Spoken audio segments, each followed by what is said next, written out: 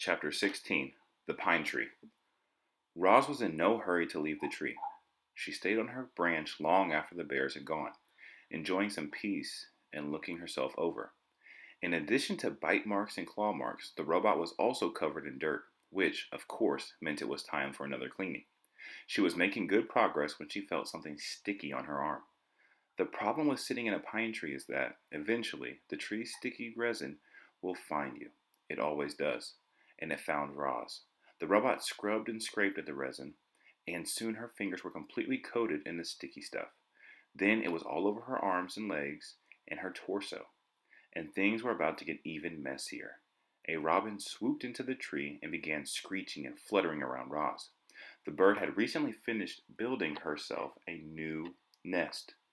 It was a little work of art, a delicate basket woven from grass and twigs and feathers, and it was right above the robot's head. "Screech! Screech!" said the robot. "I do not understand you, Robin," said the robot. The robot continued screeching and fluttering, and then splat! She splattered her droppings across the robot's face. This bird was serious. So Roz scooted away, farther out onto the branch, until she heard a quick, sharp crack. Before Roz knew what was happening, the tree branch snapped under her weight and she went crashing to the forest floor. She hit the ground hard and lay there as her broken branches and pine cones and needles showered down on top of her. There was another splat, and then quiet returned to the forest.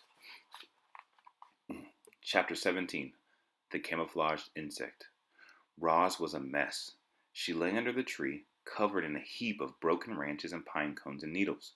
She still hadn't removed the sticky resin from her body, and there were the bird droppings. So she was about to get up and give herself a rigorous cleaning when she noticed a peculiar twig. The twig was moving. It was crawling along one of the broken branches on the ground. With a gentle touch, the robot picked up the twig. "Hello, stick insect. My name is Roz. You are very well camouflaged." The stick insect's body was long and thin. He had the same shape and colors and markings as a real twig, but if you looked closely, you just might see two tiny eyes and two spindly antennae. The insect didn't make a sound, and he sat perfectly still as the robot. The two of them sat still and silently stared at each other for a while.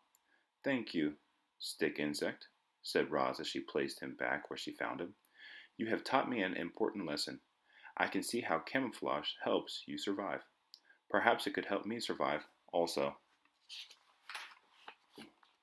Chapter 18 The Camouflaged Robot. As you know, reader, Roz had always liked to keep herself as clean as possible, but her desire to stay alive was stronger than her desire to stay clean, and our robot decided it was time she got dirty. Roz was going to camouflage herself. She'd gotten the idea from the stick insect, but Roz quickly realized that camouflaging herself as a twig was out of the question. No, the robot would have to blend into the landscape itself. She began by smearing handfuls of thick mud over her entire body. Then she plucked ferns and grasses from the ground and sank their roots into her new muddy coating. She placed colorful flowers around her face to disguise her glowing eyes, and any bare patches were covered with tree leaves and strips of moss. Our robot now looked like a great tuft of plants walking through the forest.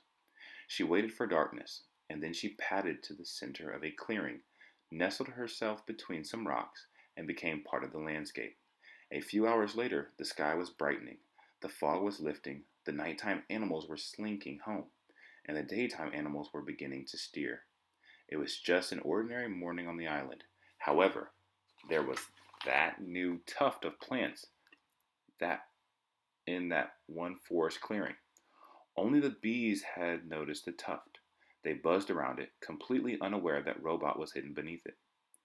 And so Roz sat there, right in the open yet completely unseen, and observed the wilderness around her. She watched flowers slowly turn toward the sun. She listened to rodents crawl through the weeds. She smelled the moist, piney air, and she felt worms wiggle against her muddy sides.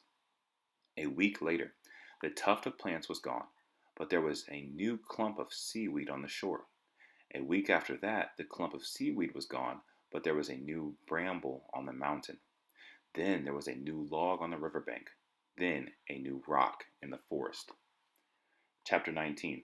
The Observations. Clouds scudded through the sky. Spiders spun intricate webs.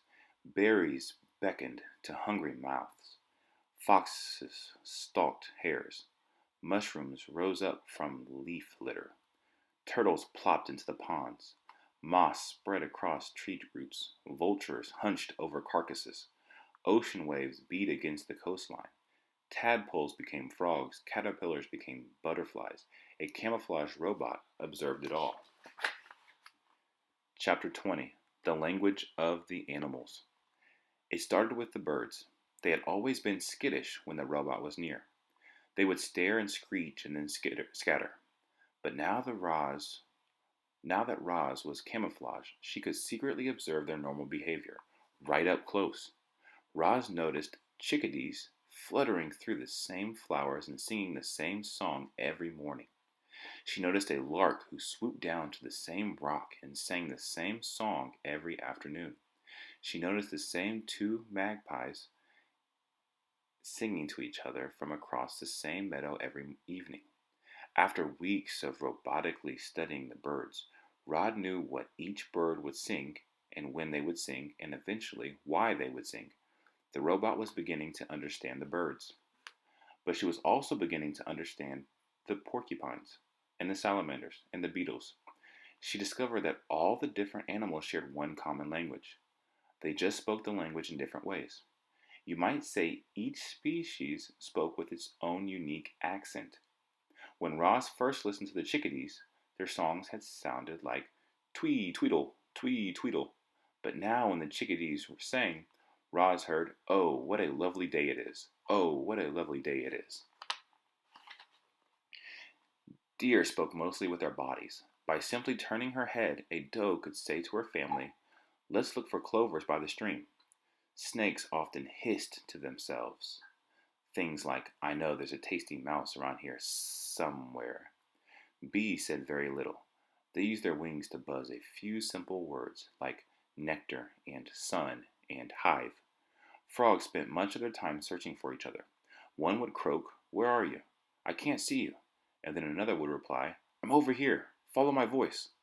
When Roz first stomped across the island, the animal squawks and growls and chirps had sounded like nothing more than meaningless noises. But she no longer heard animal noises. Now she heard animals' words.